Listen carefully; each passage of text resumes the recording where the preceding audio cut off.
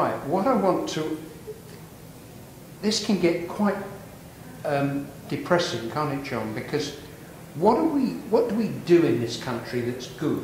What can we do that actually beats up the East, here in the West? There is a counterbalance to all the doom and gloom. And the counterbalance is the technology revolution, basically. It's the technology revolution combined with the fact that a lot of kids nowadays want to be entrepreneurs. A huge number of people want to be entrepreneurs, which was never the case in the 70s or even the 80s or the 90s. Why? I think they understand now. They've seen the inspirational stories of Apple and Google and all these other things. And now you've got Silicon Fen up in Cambridge. You've got Tech City in London. And bit by bit, I believe places like Bristol could pull their act together in terms of what a city needs, by the way, is what Cambridge has, is what London has, what other places have, is a group of rich guys. The great thing about capitalism is it's rich guys with a bit of capital who put that capital behind a new idea and back an entrepreneur who probably... We've got people like that, haven't we? We've yes. seen good people yes, in indeed. Cambridge, people like Alan Sugar, who... That's right.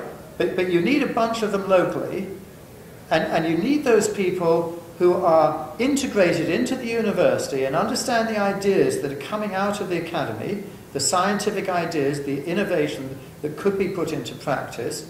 The new EIS scheme, by the way, is brilliant. There's a huge amount of people... What does that stand for? I haven't a clue. Right. But it's something scheme, and it's basically that you get a lot of tax breaks for backing a new entrepreneur in a new piece of development. And the tax breaks are sufficient. There's also an SEIS, which is a special EIS, and I don't know what that stands for. But you get even more tax breaks because it's for little small things and real startups. But by doing that, there are all these little companies growing up and mushrooming, and there's so many technologies. You could probably rattle off 100 technologies. So do you see, John, the sort of future of this country being in blunt terms the sort of SME area? Is it those smaller, medium-sized firms that are going to make us? It's only the small firms that create jobs. Everybody thinks that big companies create jobs, but they only get larger by buying other companies, usually. And usually what they're about is rationalizing and cutting costs in order to become more and more profitable.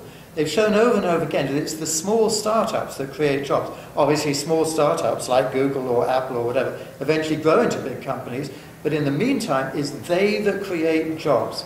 And so, yes, they are the answer. And it's funding them. And for us in the UK, where we are creative, if we let people go and let them flourish by themselves and get the shackles of the state off of them, they do create jobs. There's neuroscience, there's bioscience, there's anti-carbon science, there's so many different technologies that there are the opportunity to create great businesses out of. So you think we can still create great businesses here to compete with the East?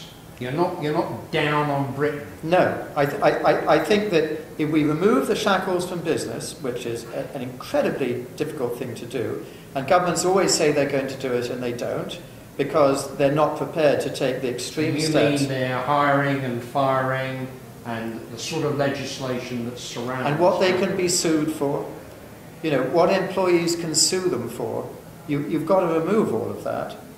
It's actually, unfortunately, it's got to be easy to fire somebody, otherwise you're not going to hire them in the first place.